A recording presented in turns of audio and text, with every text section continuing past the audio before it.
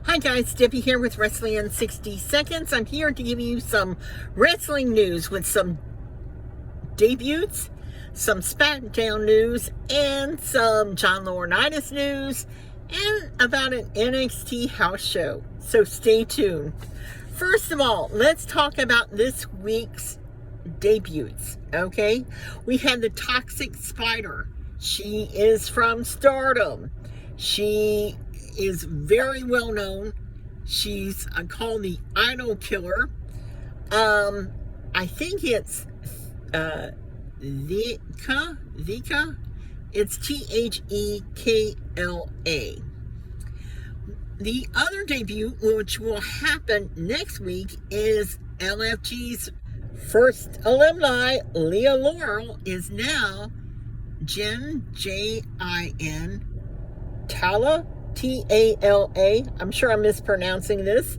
And she will be debuting next week on Evolve against Carly Lee Bright in a match. Now, we do not know when Mariah May is going to make her debut, but she's officially signed with WWE and is supposed to report to the WWE PC in Orlando on working toward a potential debut plans.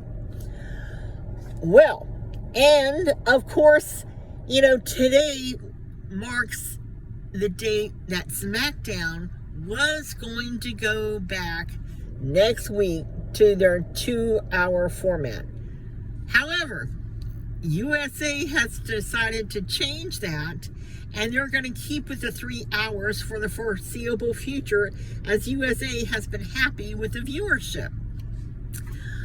On to NXT. We are doing an NXT house show in Citrus Springs. I will tell you that Jasper Troy is scheduled to be there, so I can only imagine that Oba will also happen to show up.